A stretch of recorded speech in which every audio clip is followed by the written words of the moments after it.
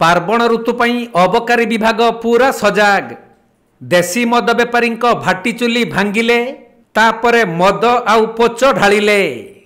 शेषरे एतिकी मद तैयारी रे व्यवहृत सामग्री को जबत करी गाड़ी रे लोड करी नहीं आसिले।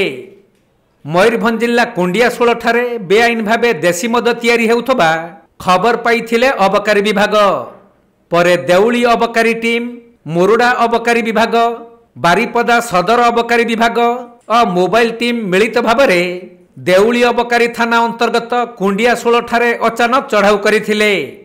आउ सेठारे देसी मद प्रस्तुत पई थिबा भाटी चूला भांगिबा परे 490 लिटर देसी मद और 5850 लिटर पुच जबत करी ढाली नष्ट करिसंती। तेबे अबकारी टीम को देखी चोरा देसी मद बेपारी माने घटनास्थल चंपट मारिथिले।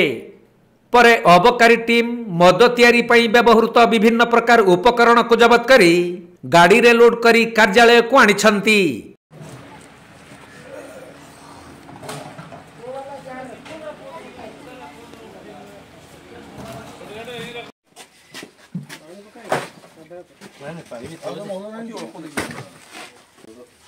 आउ खाली 50 किलो पाखापाखि सबरे भितरे एकदम 82 किलो ग्राम अछि पुरा थाउ साकी आनो आनो आनो सोरे ढाल ढाल आनो जो मुळे पकड़ होगा होगा होगा सब उठा